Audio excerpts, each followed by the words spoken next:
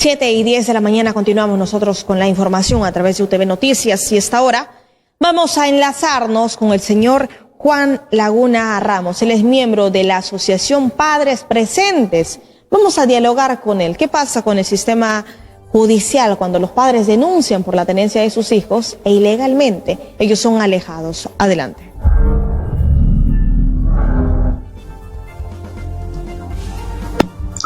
Buenos días. ¿Qué tal? Muy buenos días, señor Juan Laguna. Un placer tenerlo en UTV Noticias. Coméntenos, por favor, qué es Padres Presentes y cómo nace esta asociación y finalmente, a qué es lo que se dedica. Correcto, buen día con todos.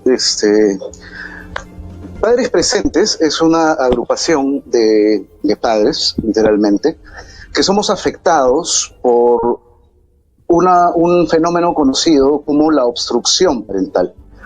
Esto se presenta muchas veces cuando las parejas de padres, ¿no?, tienen alguna desavenencia, inconveniencia, y la madre normalmente, ¿no?, que es lo que suele suceder en la mayoría de casos, aleja al menor y lo separa del padre, ¿no? Y en muchos casos lo desarraiga de tal forma que el vínculo paterno, el vínculo parental con el hijo es roto, es quebrado, ¿no? Los casos de tenencia, los casos de régimen de visitas, y este fenómeno también entraña un fenómeno adicional que es el conocido como el de falsas denuncias, ¿no?, en los cuales muchas veces el obstructor, ¿no?, madre o padre, repito que suele suceder que es la madre, lo que hace es presentar una denuncia por violencia psicológica u otro delito similar que tenga que ver con la ley 30364. Normalmente son delitos de violencia psicológica, física, económica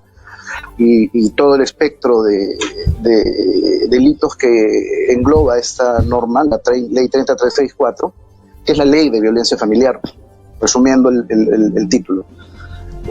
Presentan esta falsa denuncia y obtienen medidas de protección, con lo cual de alguna forma anclan una situación de alejamiento del padre con el menor, ¿no? Porque muchas veces el padre no puede acercarse a la madre, eventualmente sucede también al revés, ¿no? El grupo no solamente es de padres varones, sino también engloba madres, tías, abuelas, padrinos, etcétera, madrinas. Y con esto se consigue, como es el caso del suscrito, que el hijo, al cual desarraigan del padre, llegue incluso a olvidar al padre, ¿no? En mi caso, a mi hijo lo desarraigaron de mí mediante también el uso de estos mecanismos que estoy señalando, y mi hijo no sabe quién soy en la actualidad. Es más, la madre de mi hijo le impuso un padre, ¿no? Lo reemplazó, la figura lo sustrajo de la ciudad de Lima, lo desapareció durante un tiempo que yo no sabía dónde estaba, y luego lo encontré en Ucayali, en la ciudad de Pucallpa, donde he presentado, por ejemplo, una demanda de variación de tenencia, ¿no? Y todo lo hizo con la finalidad de eludir una orden de régimen de visitas aquí en Lima, ¿no? Entonces, estos mecanismos suceden en muchas partes del país. O sea, si yo digo miles de padres que somos afectados por este fenómeno, de repente me quedo corto.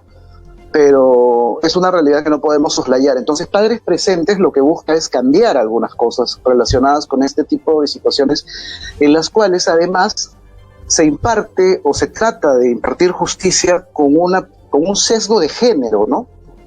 Quizás por eso, y no es quizás, es esa la razón por la que la mayoría de situaciones se presenta sobre padres varones, sobre hombres, en los cuales la ley hace prevalecer un favorecimiento en función de lo que se denomina perspectiva de género, pero que se ha convertido en una suerte de prejuicio de género contra los hombres. ¿A qué se refiere? ¿Es que existe en el sistema de justicia preferencias para las mujeres, preferencias para las madres, cuando tenemos que ver, por ejemplo, un caso de tenencia del menor, que a diferencia de los padres? Correcto, sí, correcto. Hay una declaración, incluso en mi perspectiva desafortunada, que hace la presidenta del Poder Judicial, en la cual señala que es una obligación impartir justicia con perspectiva de género, Lo único que hace eso, como le repito, y como lo mencioné hace un ratito, es establecer un prejuicio de género sobre el hombre, en el cual el hombre siempre es el malo. Y una muestra de esto, pequeña muestra de lo que sucede realmente, es que cuando una persona va a denunciar un acto de violencia psicológica o lo que fuere, bajo el amparo de la ley 3364, que es la que acoge con mayor notoriedad este principio o este prejuicio, que se ha venido a denominar perspectiva de género, es que cuando uno denuncia, hay fichas de valoración de riesgo para mujeres, fichas de valoración de riesgo para niños y adolescentes, fichas de valoración de riesgo para adultos mayores y fichas de valoración de riesgo para discapacitados. No hay una ficha de valoración de riesgos porque, por ejemplo, cuando un hombre denuncia maltratos o violencia en su agravio, lo que significa que la ley misma establece de plano un prejuicio, que el hombre es violento y que el hombre de alguna forma no tiene derechos, con lo cual se ha conseguido que el hombre general, bajo esta perspectiva de género, obtenga una disminución en sus derechos fundamentales. Ya no tiene los mismos derechos que otras personas, que las mujeres, por ejemplo, con lo cual la presunción de inocencia se ha desaparecido. El hombre se asume responsable desde un inicio de actos de violencia. Entonces, ¿eso qué significa? Que por naturaleza, esta norma por naturaleza considera que el hombre es violento y es el malo de la película, por decirlo de forma coloquial. Si bien es cierto, entramos aquí, ¿no? Entramos a un tema bastante polémico y estamos hablando. Por un lado, los indicadores nos muestran, ¿no?, que quienes denuncian y quienes son más sancionados por delitos de violencia efectivamente son los hombres, pero sin embargo tenemos que recordar que todos somos iguales ante la ley, ¿no? No significaría que porque las estadísticas nos refieren que para un sector existe más riesgo, no se apliquen las leyes de la misma manera para todos. Entendemos que esto más bien, estos indicadores deberían ayudarnos a prevenir, pero que esta prevención, ¿no?, se refleje en toda la población. Pero ante esto yo quisiera, como para ir puntualizando, por favor, que nos comentes un poco más, casos reales que ustedes han llevado, donde se ve de repente de manera mucho más clara las injusticias que denuncian de esta desigualdad ante la ley, porque bueno, siempre decimos, ¿no?, ante la ley todos somos iguales. Correcto. Mire, yo aquí quiero hacer antes de pasar a lo que usted me señala, y muy brevemente, quiero señalar algo, ¿no? O sea, el problema de la violencia en el Perú, en general, no es un asunto de políticas de género. El asunto de la violencia es un problema integral de la sociedad, es un problema que viene tanto vertical como horizontalmente en nuestra sociedad. Pero ese problema la violencia no es un asunto que tenga que ver con políticas, no es un asunto en realidad de orden legal. La violencia en sí es un asunto de salud mental pública. Entonces, cuando se establecen políticas para prevenir violencia que tienen que ver con Ministerio Público, Poder Judicial, perspectiva de género y un Ministerio de la Mujer que está hecho para eso, para la mujer, en contra de otros sectores, lo que se genera es estos nuevos grupos vulnerables. Entonces, yo no veo en el Perú políticas de salud mental pública en prevención de la violencia y tampoco veo al Ministerio de Salud actuando en esta ecuación, ¿no? Punto respecto a eso. Tenemos casos en los que uno realmente lamentable es el mío, porque, lo repito, mi hijo no sabe quién soy, pero tenemos casos en los que la mujer o las personas o alguien denuncia una situación, obtiene unas medidas de protección. Estas medidas de protección no implican que el padre no se acerque al hijo, pero sin embargo las medidas de protección se utilizan para que el padre no se acerque al hijo, a pesar de que no hay prohibición para que el padre vea a su hijo, lo visite y comparta con él, sosteniendo el vínculo paterno-filial. Hace un tiempo acá en la ciudad de Lima, hace unos 3 semanas o un mes, he tenido el caso de un señor que no tenía impedimento para ver a su hija. Su hija salía del Ministerio Público de una evaluación psicológica y el señor estaba afuera y solo quiso saludar a su hija. Quizás se emocionó el señor, etcétera, pero él no tenía medidas de alejamiento. Sin embargo, por el solo dicho de las partes que estaban con la menor, dijeron: el señor tiene medidas de protección. Vino la policía y lo llevó preso. Y este hombre, que solamente quería ver a su hija, pasó 48 horas detenido hasta que la fiscal determinó: bueno, no hay acá, vamos a ver cómo, o sea, en realidad se determinó que no había flagrancia, que no había cometido delito, pero el señor ya había pasado 48 horas y no era un señor, no era una persona pues que debiera estar encerrada con personas de peligrosidad en una comisaría de un sector bastante difícil acá en Lima. Entonces, tenemos otros casos en los que para alejar al hijo, y esto es casi parte del manual de obstrucción de obstrucción parental, cuando no funcionan las medidas de protección, ¿a qué se recurre? ¿A la denuncia por violación contra los menores o por tocamientos indebidos? Caso que también se me aplicó a mí, porque a mí incluso me denunciaron falsamente por tocamientos indebidos. Y hubo una fiscal que incluso se pronunció claramente que la denuncia era con la finalidad de alejar al menor y que estaba fundada en la intención de dañarme y de causar de alejarme de mi menor hijo. Entonces, se ha generado con esta perspectiva de género una suerte de manual de obstrucción parental, con lo cual tenemos no solamente estos casos que le comento, porque tenemos más, tenemos casos de abuelas. Hay el caso de una señora cuya nieta sufre lamentablemente de leucemia, y cuando la quisieron ir a ver en la unidad de cuidados intensivos, la madre terminó denunciando al padre de la menor y a la abuela por violencia psicológica, y buscaba las medidas de protección, que al final no se dieron porque ya hubiera sido el colmo.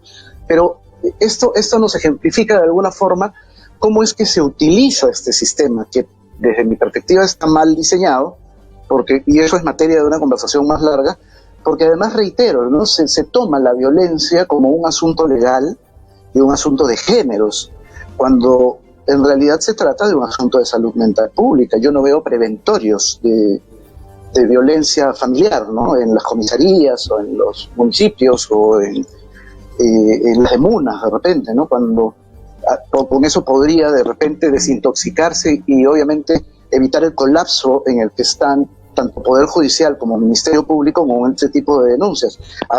Usted mencionó hace un rato la cantidad de denuncias y las personas sancionadas. Yo la invito a que usted vea en el portal del Ministerio de la Mujer, hay una data de observatorio de la violencia, pero dice, denuncias presentadas, por poner una cifra, no las tengo en la cabeza, 100.000, contra hombres, 90.000, mujeres, 10.000, pero no dice cuántas de esas denuncias son falsas, cuántas de esas denuncias están en proceso, cuántas de esas denuncias derivaron en una condena efectiva. Según lo que nosotros estamos levantando de información, porque la agrupación también está haciendo este trabajo incluso con el INPE, porque recuerden que la separación de un padre tiene que ver en la educación de los menores y su proyección en el futuro como personas útiles en la sociedad. Estamos levantando información con la finalidad de determinar porcentajes, y lo que nos vamos dando cuenta es que por lo menos la mitad de denuncias, por lo menos, y este porcentaje es probable que se eleve, no terminan en condenas, terminan en archivos porque no se puede investigar más, porque no ha habido delito, no ha habido nada de lo que se ha mencionado. Y también nos encontramos con otra realidad, que muchas veces las denuncias que se presentan, el Ministerio Público y el Poder Judicial no las logran procesar bien. Y delitos que sí efectivamente, y especialmente cuando es el hombre que denuncia, no se llegan a concretar en procesos y obviamente en condenas, sino que se archivan de plano. Se archivan porque dicen que no hay problema, pero las cosas cambian mucho cuando es una mujer la que denuncia, ¿no? Algo que está muy claro y efectivamente es importante señalarlo, no quiere decir, ¿no?, un punto y el otro que no exista la violencia, existe por supuesto, y todos los días nos tocan casos y entendemos. Y comparto muy bien, ¿no?, que hay que tener mucho cuidado también al momento de leer estas cifras, porque entendamos que estamos sindicando a grupos poblacionales que al final, lamentablemente, pero al final terminamos también criminalizando a las personas por su condición, simplemente por su sexo biológico. Y esta no es la justicia, pienso yo, ¿no? Por ejemplo, evaluar cómo influye el alcohol en la violencia, evaluar cómo influyen las drogas en la violencia. Esas son políticas que deberían empezar a leerse y evitar, ¿no? Evitar justamente criminalizar a las personas por el sexo, cuando existen muchísimos factores que se deberían estudiar y se deberían señalar en estos estudios. Finalmente, señor Juan Laguna, por favor, coméntenos. Yo sé que usted forma parte de esta asociación de padres presentes. quienes deseen integrar esta asociación, quienes deseen conocer un poco más, quienes tal vez deseen alguna ayuda, estén pasando por su caso y no saben a dónde recurrir, cómo pueden integrarse, cómo pueden comunicarse con esta asociación? Sí, un punto previo. Yo he estado viajando, yo he vivido en Pucallpa durante algunos años, hace bastante tiempo, y regresé porque, bueno, tenía que ver los procesos sobre mi hijo, ¿no? Incluso la denuncia por violencia psicológica que tengo allá presentada en agravio de mi hijo, contra las personas que lo tienen cautivo. Yo me he dado cuenta que en Pucallpa y en Ucayali también hay mucho de esta situación, pero sucede mucho que los padres abandonan, no siguen, no continúan con la situación. Hay una desconfianza natural, ya estamos viendo también por qué, este tema de la perspectiva generadora de un prejuicio. Muchos padres simplemente abandonan, no pasa el tiempo, los hijos reclaman dónde es el padre, se les impuso un padre, los crió un padrastro, y muchas veces esto es consecuencia de un sistema que está fallando, que está funcionando muy mal, ¿no? Entonces, en Ucayali yo he visto, ¿no? Tanto así que he conocido padres que no sabían qué hacer y me dicen, no, pero mi hijo ya tiene tantos años y no lo veo hace 10. Entonces digo, pero ¿por qué no peleó? Porque no sabía qué hacer, no tenía cómo. Padres Presentes aparece para esto. Hay un TikTok, hay una cuenta de TikTok que tenemos que se llama Padres Presentes Perú. La encuentran ahí. Ahí van a encontrar varios casos, ¿no? O por último, el padre que necesite puede buscarme de alguna manera a mí, a través de mi cuenta de TikTok también, que se llama Juan Laguna. Sugiero que sea a través de la cuenta de TikTok que está a cargo de uno de los directivos de la asociación, que se llama Cristian de la Torre, perdón, y a él contactarlo, ¿no? Si gustan, puedo dar mi número por interno para que se presente el padre que requiera, se acerque al canal y se ponga en contacto conmigo para empezar a orientarlo, ¿no? Muchas veces la pobreza de los padres ocasionada también, porque sucede que cuando hay esas denuncias, los padres perdemos hasta trabajo y quedamos en la calle. Entonces, hay padres que no tienen cómo afrontar una situación de estas y tienen que recurrir a abogados de oficio, y muchas veces simplemente no recurren a nada y dejan que la vida pase por encima de ellos, con la injusticia que pesa como una rueda bastante grande sobre las almas y los espíritus de las personas. Así que, nada, les agradezco el tiempo, les agradezco el espacio y quedo a la espera de que esto despierte un poco la conciencia, no solamente de la sociedad, sino especialmente de los operadores de justicia, que se den cuenta del real mal que está ocurriendo en nuestra sociedad y que las políticas de género no son la solución. Muchas gracias a ti y bueno, esperamos volver a tenerte porque nos gustaría compartir también tu historia, ¿no? Tú has llevado un caso muy largo y creo que continúa el caso, y compartir esta historia nos tomaría también otros 20 minutos poder contarla. Por cuestiones de tiempo no hemos podido hacerlo, que han llegado incluso, como ya lo dijiste brevemente, a denunciarte por tocamientos indebidos contra tu propio hijo en un proceso que aún continúa y te ha impedido ver a tu hijo, quien, según me decías por interno también en algún momento cuando nos reunimos, dejó hasta de decirte padre.